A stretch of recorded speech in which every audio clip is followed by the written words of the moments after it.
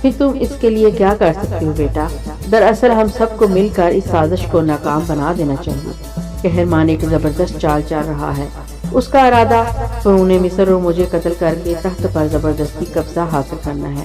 وہ اپنے ناپاک ارادوں میں کبھی کامیاب نہ ہو سکے گا ماں۔ میں اس کا مقابلہ کروں گا، آپ اس کا مقابلہ کریں گی، ہم سب مل کر اس کا مقابلہ کریں گے۔ بڑا پجاری اور فوج کا بہت بڑا حصہ اس کے ساتھ ہے امبر۔ پھر کیا ہوا ماں؟ ہم ہر حالت میں قہرمان کے ناپاک عزائم کا مقابلہ کریں گے۔ ملکہ نفریتی نے اپنے شہزادے کا ماتھا چوما اور کہا، تم واقعی میرے بہادر بیٹے ہو امبر، تم ایک دلیر اور جرأت مند شہزادے ہو۔ میں جانتی ہوں تم اپنے ماں باپ کے تخت و تاج اور عزت پر آنچ نہیں آنے دو گے، مگر تم قہرمان اور بڑے پجاری کی طاقت کا غلط اندازہ لگا رہے ہو۔ ان دونوں نے درباریوں کی ایک بڑی تعداد کو اپنے ساتھ ملا رکھا ہے۔ ان کا مقابلہ کرنے کے لیے ہمیں بڑی ہوشیاری اور سیاست سے کام لینا پڑے گا۔ تم مجھے جیسا حکم کرو، میں تیار ہوں ماں۔ میرے خیال میں ہمیں چھوٹے پجاری اور وزیر دربار کو ساز باز کر کے اپنے ساتھ شامل کر لینا چاہیے۔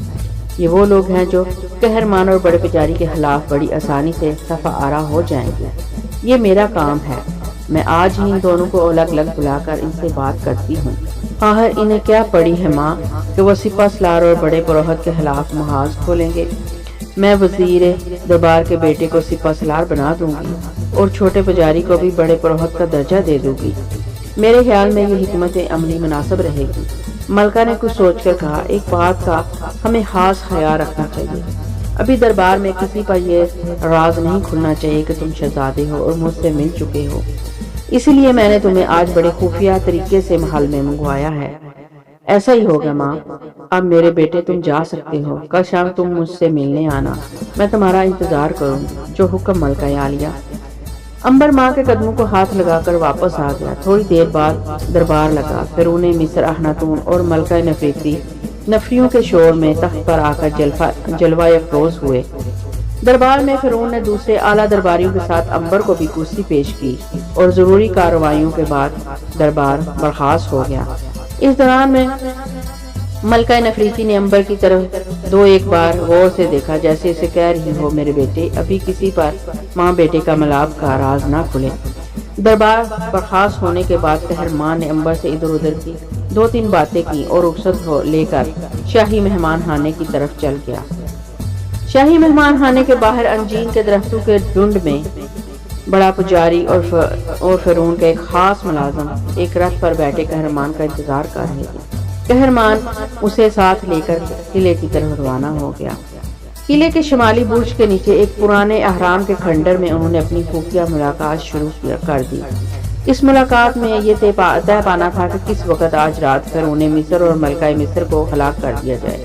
میرے خیال میں آدھی رات کے بعد انہیں زہر دے کر ہلاک کر دینا چاہیے۔ یہ رائے بڑے پجاری نے دی تھی۔ قہرمان سوچنے لگا، وہ ایک ہی وقت میں دونوں کو ہلاک کرنے کے حق میں تھا اور اس کے لیے رات کے شروع کا حصہ ان کے خیال میں بے حد موزوں تھا۔ تو دوستو، یہاں تک کی کہانی کیسی لگی؟